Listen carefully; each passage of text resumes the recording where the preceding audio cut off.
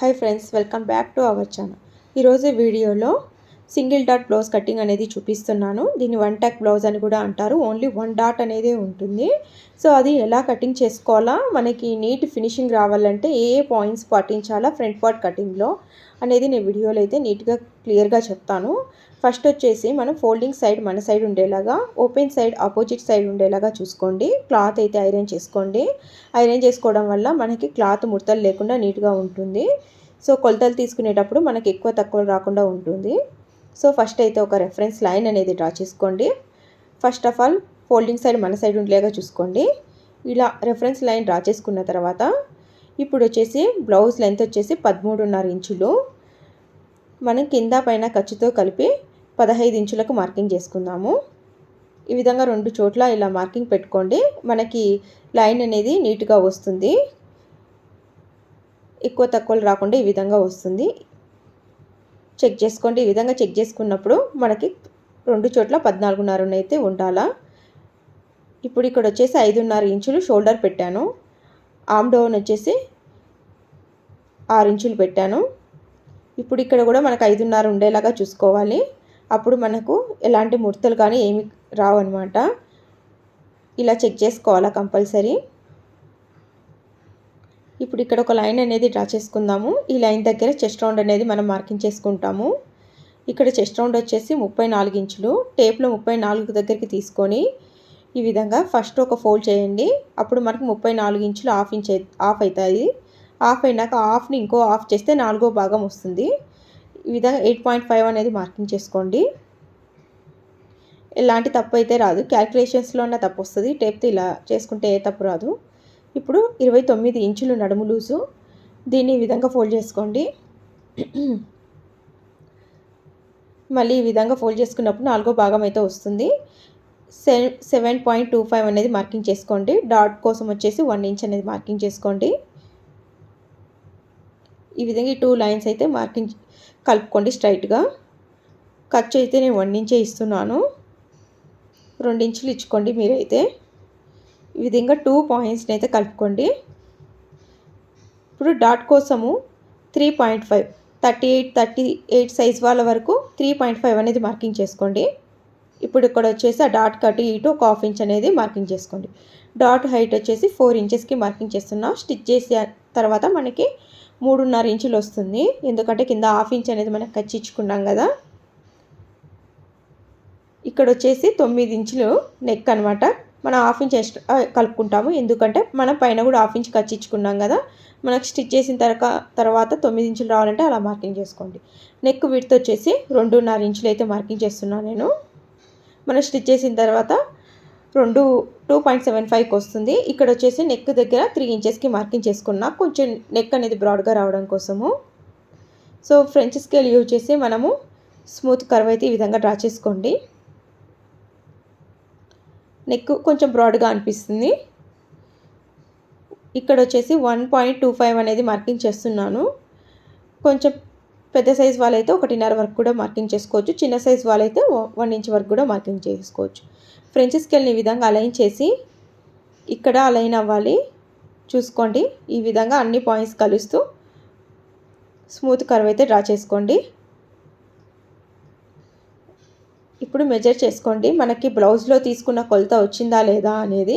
అది మనం ఈ విధంగా వస్తే ఓకే, లేకపోతే మనము ఆ కర్వ్ అనేది అడ్జస్ట్మెంట్ అయితే చేసుకోవాల్సి ఉంటుంది. సో బ్యాక్ పార్ట్ అయితే కంప్లీట్ అయ్యింది. ఇప్పుడు దీన్ని అయితే కటింగ్ చేసేసుకుందాము. ఈ విధంగా అయితే నేను కటింగ్ చేశాను. నెక్స్ట్ వచ్చేసి స్లీవ్స్ అయితే మార్కింగ్ చేసుకోవాలా మనము. దానికన్నా ముందు ఒక చిన్న టిప్ ఏంటంటే, ఇప్పుడు డాట్స్ మనకి ట్రేసింగ్ వీల్ ఉంటే ఓకే, బిగినర్స్కి అయితే ఇది చాలా ఈజీగా ఉంటుంది. ఈ విధంగా ట్రేసింగ్ పేపర్ యూజ్ చేసి మనము డాట్స్ అనేవి మార్కింగ్ చేసుకుంటే సేమ్గా వస్తాయి. సో ఖర్చు కూడా ఈ విధంగా మార్కింగ్ చేసుకొని మనం స్టిచ్ చేసుకోవచ్చు. ఇది వాష్ చేస్తే వెళ్ళిపోతుంది, నో ప్రాబ్లం. ఇప్పుడు స్లీవ్ కోసం డ్రాఫ్టింగ్ అనమాట.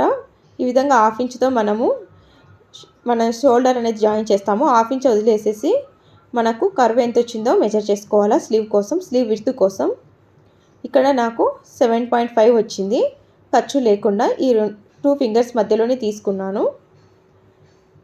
ఇప్పుడు స్లీవ్స్ కోసం ఫోల్డింగ్ సైడ్ మన సైడ్ ఉండేలాగా, ఓపెన్ సైడ్ ఆపోజిట్ ఉండేలాగా ఈ విధంగా 4 లేయర్స్ వచ్చినాయి, 2 ఫోల్డ్స్ వచ్చినాయి, గుర్తుపెట్టుకోండి. ఇప్పుడు నాకు ఇక్కడ 7.5 వచ్చింది కదా, -1 తీయండి, 6.5 ఇంచెస్ అవుతుంది. +1 ఇంచ్ అంటే ఖర్చు అనమాట. ఈ విధంగా మనకు క్లాత్ ఉందా లేదా, మనకి 7.5 క్లాత్ ఉందా లేదా అని చెక్ చేసుకోవాలి. సో నాకైతే ఉంది. సో ఫస్ట్ వచ్చేసి 6.5 పెట్టుకోండి మైండ్లో. ఖర్చు అనేది లాస్ట్లో యాడ్ చేసుకోండి. ఫస్ట్ వచ్చేసి ఒక రెఫరెన్స్ లైన్ అయితే డ్రా చేసుకోండి. నేను ఖర్చుతో కలిపి హ్యాండ్ యొక్క లెంత్ అనేది 6 ఇంచులకు మార్కింగ్ చేసుకున్నాను.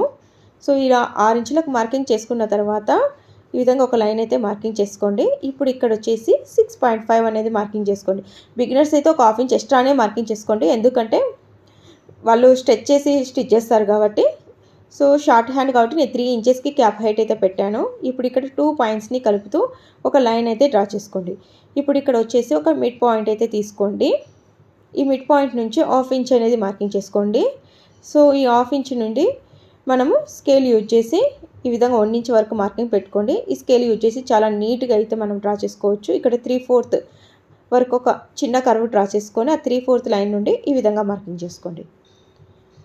ఈ విధంగా మార్కింగ్ చేసుకున్నాక ఫ్రంట్ ఆర్మ్ హోల్ వచ్చేసి ఈ విధంగా స్మూత్ కర్వ్ అయితే డ్రా చేసుకోండి. ఈ ఫ్రెంచ్ స్కేల్ యూజ్ చేయడం వల్ల కర్వ్లు చాలా నీట్గా వస్తాయి, ఫినిషింగ్ నీట్గా వస్తుంది. ట్రై చేసి చూడండి. ఈ కర్వ్ అనేది ఈ లైన్కి కిందికి రాకూడదు, అది గుర్తుపెట్టుకోండి. ఇప్పుడు 7.5 అయితే మనకి రావాలి, ఇక్కడ అది వచ్చిందా లేదని ఈ విధంగా చెక్ చేసుకోండి.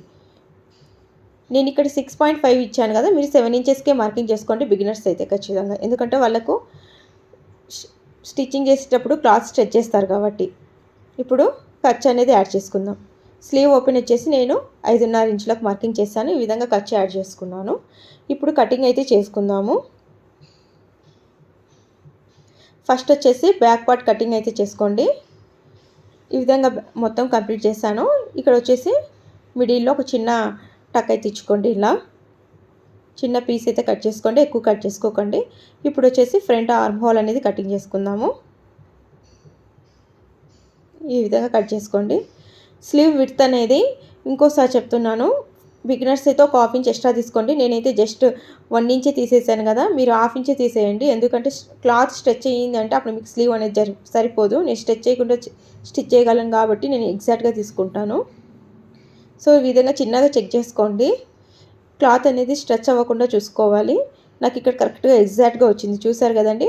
సో ఆ విధంగా మనం స్టిచ్ చేసుకోగలమంటే అలా తీసుకోండి, లేకపోతే ½ ఇంచ్ ఎక్స్ట్రా పెట్టుకోండి. ఇప్పుడు వచ్చేసి ఫ్రంట్ పార్ట్. ఈ ఫ్రంట్ పార్ట్ అనేది చాలా ఇంపార్టెంట్. సో ఈ ఫ్రంట్ పార్ట్లో వచ్చేసి చాలా ఇంపార్టెంట్ పాయింట్స్ అయితే చెప్తాను. సో ఇప్పుడు వచ్చేసి ఈ విధంగా క్లాత్ అనేది బ్యాక్ పార్ట్ అనేది పెట్టుకోండి. సేమ్ బ్యాక్ పార్ట్ ఎలా ఉందో ఫ్రంట్ పార్ట్ అలానే తీస్తున్నాను. నేను వచ్చేసి స్కేల్తో ఈ విధంగా ఒక స్ట్రైట్ లైన్ అయితే తీసుకోండి. బిగినర్స్ అయితే కన్నా నెక్ కట్ చేయకుండా బ్యాక్ పార్ట్ తీసుకోండి, అప్పుడు ఎలాంటి మిస్టేక్స్ అయితే జరగవు. ఈ విధంగా మనము లైన్స్ అనేవి డ్రా చేసుకోండి. ఆర్మ్ హోల్ కూడా ఏ విధంగానే మార్కింగ్ చేసుకోండి. నేను ఓన్లీ ఖర్చు లేకుండానే మార్కింగ్ చేస్తున్నాను, మిగతాదంతా నేను నెక్స్ట్ ఎలా చేయాలనేది చూపిస్తాను. బ్లౌజ్ నీట్గా మనకి సెట్ అవ్వాలి అంటే కొన్ని పాయింట్స్ ఉంటాయండి. ఒక డాట్ ఇచ్చినప్పుడు మనం ఎలా కటింగ్ చేసుకోవాలనేది. ఇప్పుడు కింది పార్ట్ కూడా సేమ్గా మార్కింగ్ చేశాను. ఎవరికైతే చెస్ట్ ఎక్కువగా ఉంటుందో వాళ్ళకు వచ్చేసి కొంచెం చేంజెస్ ఉంటాయి. ఇక్కడైతే నేను నార్మల్గానే చూపిస్తున్నా, కానీ ఆ పాయింట్ అయితే చెప్తాను. ఇప్పుడు ఈ లైన్స్ అయితే నేను డార్క్ చేస్తున్నాను. ఇప్పుడు మనం ఫ్రంట్ పార్ట్ని ఈ విధంగా మార్కింగ్ చేసినప్పుడు మనకి ఎలాంటి మిస్టేక్స్ జరగకుండా ఉంటే చిన్న చిన్నవి మనం చెక్ చేసుకోవాల్సి ఉంటుంది. ఇక్కడ షోల్డర్ వచ్చేసి 5.5 ఇంచెస్ కదా మనకు, నాకు కొంచెం తక్కువే వచ్చేసింది. మనం నెక్ కట్ చేసినాక పెట్టుకుంటే అది స్ట్రెచ్ అవుతుంది కదా, సో దానివల్ల మనకు మిస్టేక్స్ జరుగుతూ ఉంటాయి. అందుకే బ్యాక్ పార్ట్ నెక్ కట్ చేయకుండానే మనం ఈ విధంగా చేసుకోవాలి.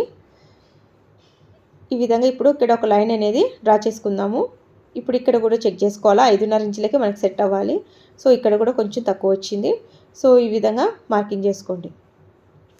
ఇలాంటి చిన్న చిన్న పాయింట్స్ యూజ్ చేస్తే ఫ్రంట్ పార్ట్ చాలా నీట్ ఫినిషింగ్ వస్తుంది. ఇదైతే చాలా ఎగ్జాక్ట్గా వచ్చింది, 8.5. ఇక్కడ నెక్ విడ్త్ 2.5, నెక్ డెప్త్ వచ్చేసి నేను 6 ఇంచులకు తీసుకున్నాను. ఇప్పుడు ఇక్కడ ఒక లైన్ అనేది మార్కింగ్ చేసుకొని 2.5కి మార్కింగ్ చేసుకోండి. మీకు కొంచెం బ్రాడ్గా కావాలంటే ఒక ½ ఇంచ్ పెంచుకోండి ఫ్రంట్ కూడా. సో నేను ఎగ్జాక్ట్గా తీసుకొని కర్వ్ అయితే చూపిస్తాను మీకు. ఈ స్కేల్ని ఏ విధంగా అయినా మనం యూజ్ చేసుకోవచ్చు. ఇలా చిన్న కర్వ్ ఇచ్చుకోవచ్చు, లేదు అంటే ఈ విధంగా కూడా ఇచ్చుకోవచ్చు, అది మన ఇష్టం. నేనైతే ఫస్ట్ వన్కి వెళ్ళిపోతున్నా. ఇక్కడ 8.5 వచ్చింది. సో ఇక్కడ వచ్చేసి 7.25, నడుము లూజ్ వచ్చేసి 7.25. ఇక్కడ డాట్ కోసం వచ్చి 2.5 ఇంచులు తీసుకుంటున్నా. ఎవరికైనా కప్ సైజ్ ఎక్కువగా ఉంది అనుకున్న వాళ్ళు 3 ఇంచులు తీసుకోండి. ఇప్పుడు ఈ 2 పాయింట్స్ని అయితే కలుపుకుందాము. ఓకే, ఇప్పుడు ఇక్కడ 8.5 ఎగ్జాక్ట్గా ఉండేలాగా చూసుకోండి. సో ఈ విధంగా మార్కింగ్ చేసి కలుపుకోవాలి. ఇప్పుడు ఫ్రంట్ ఖర్చు అనేది ఇచ్చుకుందాము. 1 ఇంచ్ అనేది మార్కింగ్ చేసుకోండి ఖర్చు. ఈ విధంగా డాట్కి తీసుకున్న తర్వాత ఖర్చు యాడ్ చేసుకోండి, కన్ఫ్యూజన్ అయితే ఉండదు. ఓకే, ఇప్పుడు ఫ్రంట్ పార్ట్ ఇక్కడ 14.5 ఇంచులు వచ్చింది. బ్యాక్ పార్ట్ ఎంత తీసుకున్నామో ఫ్రంట్ పార్ట్ అంతే తీసుకున్నాను నేను. ఒకవేళ ఎవరికైనా చెస్ట్ ఎక్కువగా ఉంది అనుకుంటే ఒక 1/2 ఇంచ్ లేదంటే 3/4 అనేది ఎక్స్టెండ్ చేసుకోండి లైన్ కిందికి. మనము షేప్ బెల్ట్ బ్లౌజ్లో ఎలా అయితే మనం చేసుకుంటామో అలానే చేసుకోవాలా.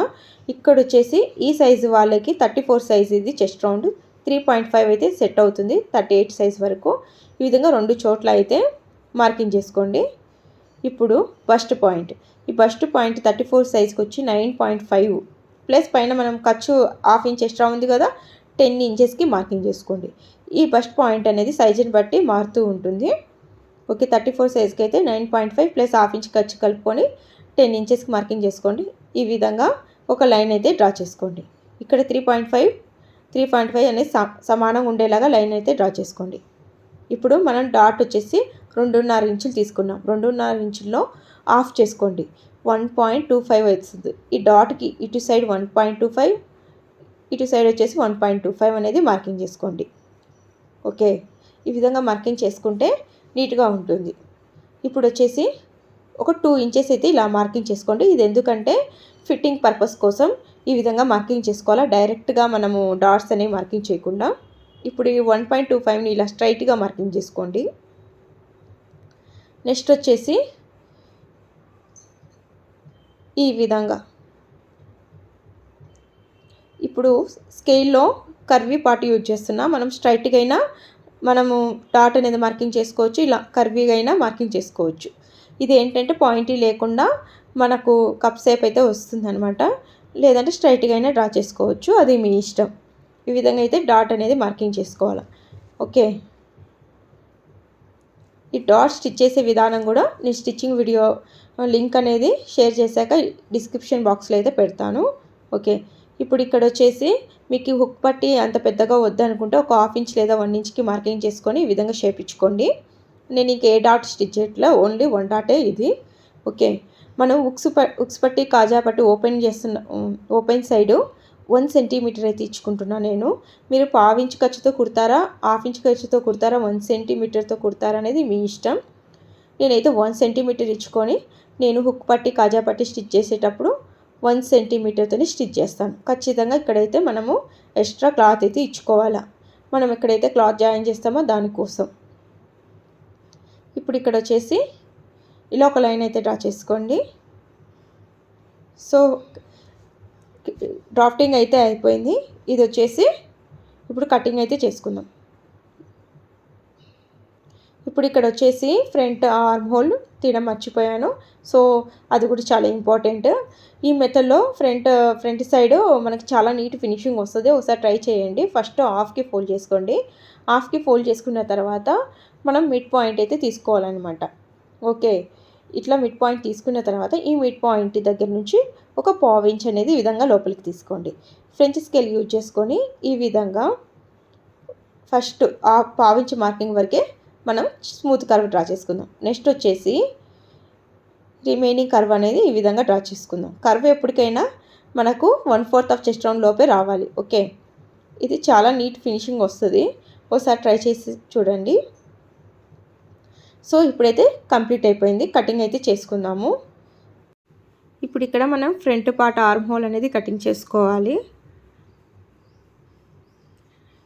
కటింగ్ ఈ 1 డాట్ బ్లౌజ్ ఫినిషింగ్ అంటే ఫిట్టింగ్ కూడా చాలా నీట్గా ఉంటుందండి. డాట్ అనేది ఈ విధంగా మార్కింగ్ చేసుకుంటే, ఎందుకంటే ఈ స్ట్రైట్గా మనం మార్కింగ్ చేస్తాం కదా, ఇది వచ్చేసి మనకి హోల్డ్ చేస్తుంది అనమాట మన కప్ని. ఇప్పుడు ఇక్కడ నాకు 3 ఇంచెస్ వచ్చింది. డాట్ తీసేసి మెజర్ చేసుకోండి, అది చాలా ఇంపార్టెంట్. మనకు కరెక్ట్గా వచ్చిందా లేదా మన నడుము లూజ్కు 4వ భాగం అనేది చెక్ చేసుకోవాలి. ఇది వచ్చేసి back part, front part and sleeves. ఇక్కడ వచ్చేసి షే బెల్ట్ అయితే ఉండదు. Thanks for watching. Please like, share and subscribe our channel, friends.